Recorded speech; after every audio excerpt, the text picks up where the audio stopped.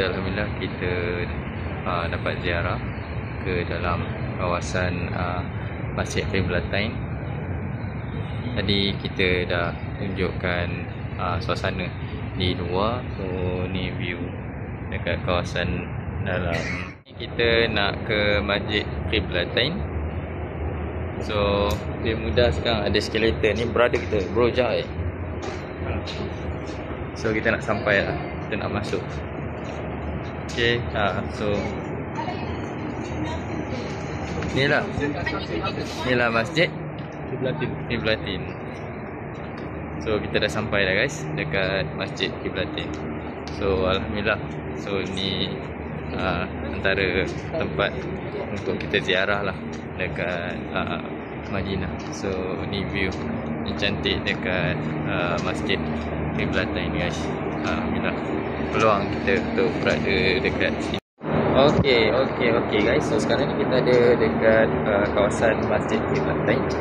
So kalau korang tengok ni, okay, so ni view kita dekat Masjid Qiblatain lah. So kalau nampak ni adalah view dekat sekitar kawasan Masjid Qiblatain lah.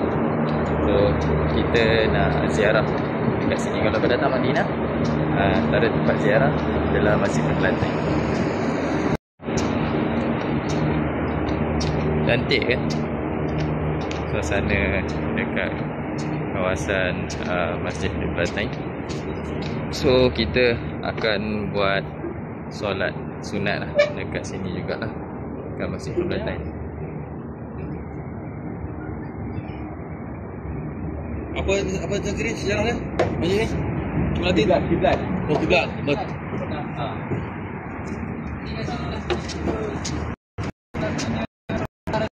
Tukaran arah kiblat. So ni kat sini berlakulah tukaran arah kiblat di Masjid Qiblatain ni.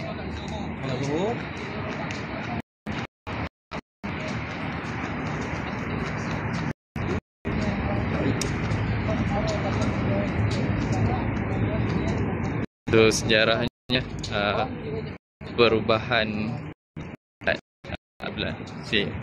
ke Masjid Qiblatain. So ni pintu masuk ke Qiblatain lah.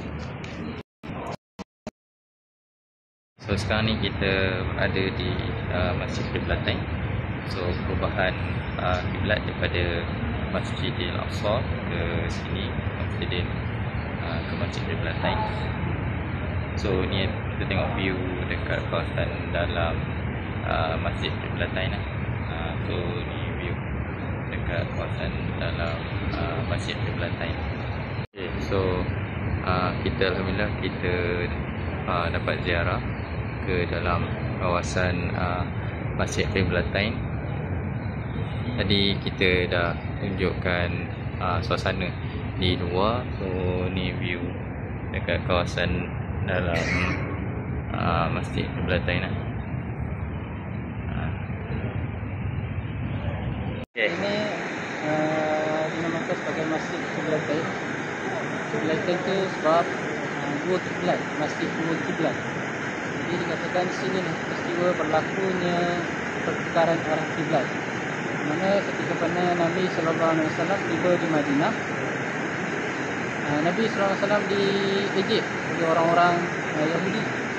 Katakan, wahai Muhammad, kau bawa ajaran baru, tapi kenapa kiblat kau sama macam kiblat kami? Jadi Nabi diejek begitu.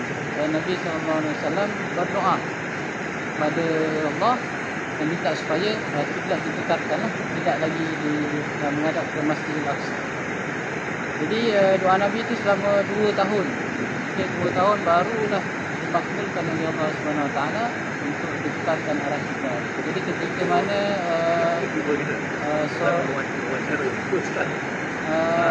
ketika mana solat zuhur lah waktu itu tahun kedua Hijrah. Satu pada tahun kedua Hijrah. Waktu itu solat zuhur.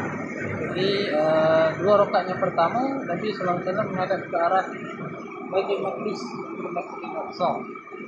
Kemudian turun ayat A'udzubillahi qad nara taqalluba wajhika fis sama' falanwalliyannaka qiblatan tardaha wawalli wajhaka shatral masjidil haram Wahai kuntum qulu hakum syatara. Ketika turunnya ayat itu, maka Nabi SAW pusing 180 darjah lah dan menghadap ke arah Masjidil Haram. Jadi itulah dikatakan peristiwa itu berlaku di sinilah di kawasan ini. Dan sebab itulah dibina masjid ini sebagai orang kata sebagai ingatan lah kepada peristiwa itu. Jadi inilah Masjid Kiblatain. Kalau jemaah datang bolehlah ziarah dan boleh nampaklah ada 2 kubah. Ini satu kubah menghadap ke Masjid Al-Aqsa dan satu lagi menghadap ke Masjidil Haram. Okey.